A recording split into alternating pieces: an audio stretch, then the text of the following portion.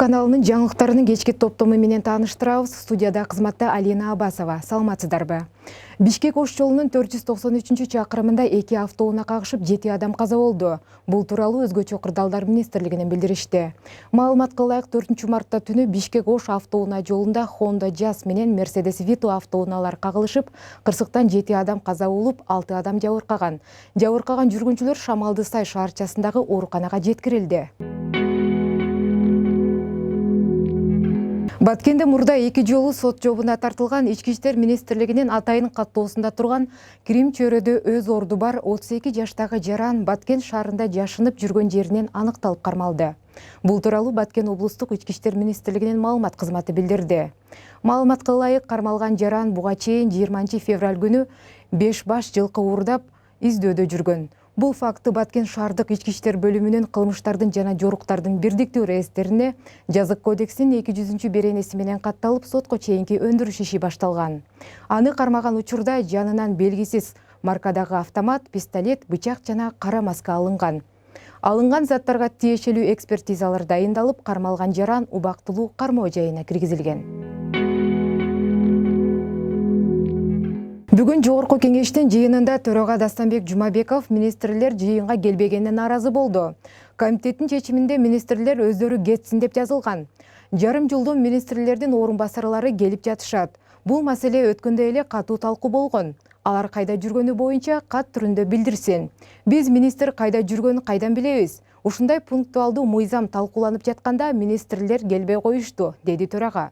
Дастан Жумабеков актуалдуу мыйзам деп айтайын деп, пунктуалдуу мыйзам деп адашып алды. Бишкекте Lexus 470 үлгүсүндөгү автоунаанын айдоочусу бакты сүзүп каза болду. Бул тууралуу патрулдук милициянын маалымат кызматы билдирди.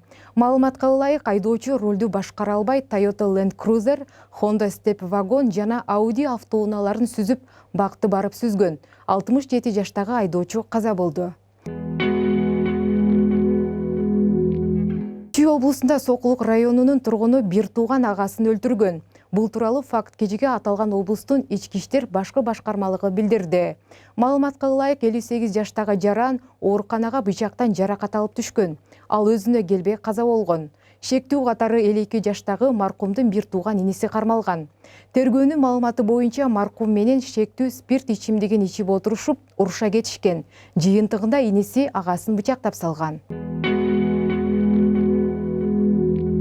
Бишкектин Жалгичи районунда 2 жаранды мыкайчылык менен сабаган жарандар бошотулду деген маалыматтар чындыкка дал келбейт. Бул тууралуу Бишкек шаардык ички иштер башкы башкармалыгынын маалымат кызматы билдирди. Маалыматка ылайык, кармалгандар учурда биринчи тергөө абагында, сотко чейинки өндүрүш иши уланууда. Бүгүн социалдык тармактарда жалдагы мушташкандар шектелип кармалгандар Жаныбек Багышев менен Калысбек Сейитбеков милициянын калкалоосу менен камалган чыгып кеткени тууралуу маалымат тараган.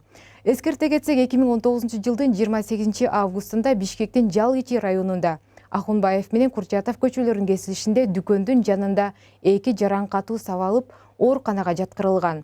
Бул окуяга шектүү катары Жаныбек Багышев менен Калысбек Сейитбеков аттуу жарандар кармалган. Жогорку кеңештин жыйынында төраганын орун басары Аида Касымалиева социалдык фонддун жетекчиси Эсен Нуридиновду кекетпей сүйлөөгө чакырды. Аида Касымалиева мугалимдердин пенсиясын иштегенине карап өзгөртүү боюнча мыйзамды биз биринчи окууда кабыл алып бергенбиз. Бул мыйзам боюнча иштедиңерби, эмне иш алып барып жатасыңар? Эсептөөлөр кандай жүрүп жатат? Мыйзам боюнча өкмөт менен иштеп жатасыңарбы? Деген суроо менен социалдык фонддун жетекчисине кайрылды. Социалдык фонддун жетекчиси Эсен Нуридинов мугалимдердин айлык маянасы мурда аз болгондугу үчүн айлыгын карап пенсияга чыгарып жаткандыгын билдирди. Ушул жана башка жаңылыктар менен Факт Кежи сайтынан жана Факт Кежи ТВ Instagram баракчасынан дагы таанышсаңыздар болот. Жаңылыктардын топтому мына ушулар болду. Кечиңиздер көңүлдүү улансын. Саламатта калыңыздар.